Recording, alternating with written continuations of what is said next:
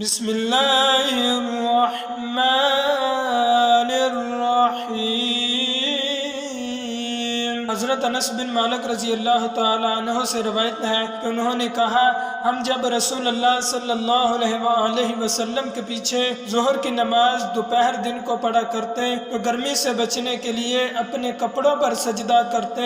حضرت عبداللہ بن عباس رضی اللہ تعالی عنہ سے روایت ہے کہ نبی صلی اللہ علیہ وآلہ وسلم نے مدینہ میں رہ کر 7 رکعتیں مغرب اور عشاء کی اور 8 رکعتیں ظہر اور عصر کی ملا کر پڑھی۔ ایوب سختیانی نے جابر بن زید سے کہا، شاید بارش کی رات میں ایسا کیا ہوگا۔ انہوں نے کہا شاید۔ حضرت عائشہ رضی اللہ تعالی عنہا سے روایت ہے کہ انہوں نے کہا، رسول اللہ صلی اللہ علیہ وآلہ وسلم عصر کی نماز اس وقت پڑھتے تھے کہ ان کے حجرے میں سے ابھی دھوپ باہر نہیں نکلتی تھی۔ حضرت عائشہ رضی اللہ تعالی عنہا سے روایت ہے کہ انہوں نے کہا، رسول اللہ صلی اللہ علیہ وآلہ وسلم نے عصر کی نماز اس وقت پڑھی جب دھوپ ان کے حجرے میں تھی، سایہ وہاں نہیں پھیلا تھا۔ حضرت عائشہ رضی اللہ تعالی عنہا سے روایت ہے کہ نبی صلی اللہ علیہ وآلہ وسلم عصر کی نماز اس وقت پڑھتے کہ سورج میرے حجرے میں جانتا رہتا اور ابھی سایہ نہ پھیلا ہوتا۔ امام بخاری رحمۃ اللہ تعالی علیہ نے کہا، امام مالک اور یحییٰ بن سعید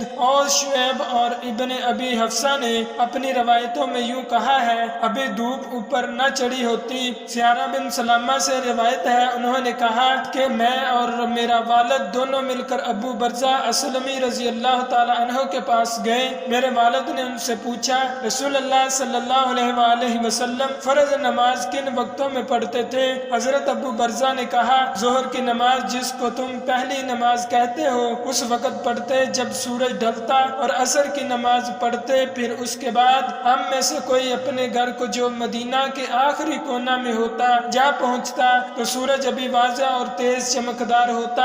سیار نے کہا، مجھ کو یاد نہیں ابو برزہ نے مغرب کے بارے میں کیا کہا۔ ابو برزہ نے کہا، اور آپ صلی اللہ علیہ وآلہ وسلم عشاء کی نماز میں جس کو تم اتمہ کہتے ہو دیر کرنا پسند کرتے تھے اور اس سے پہلے سو جانا ناپسند کرتے تھے، اسی طرح اس کے بعد باتیں کرنا، اور آپ صلی اللہ علیہ وآلہ وسلم صبح کی نماز اس وقت فارغ ہو جاتے جب آدمی اپنے پاس والے کو پہچان لیتا، اتنی روشنی ہوتی اور اس میں 60 آیتوں سے لے کر 100 آیتوں تک پڑھتے۔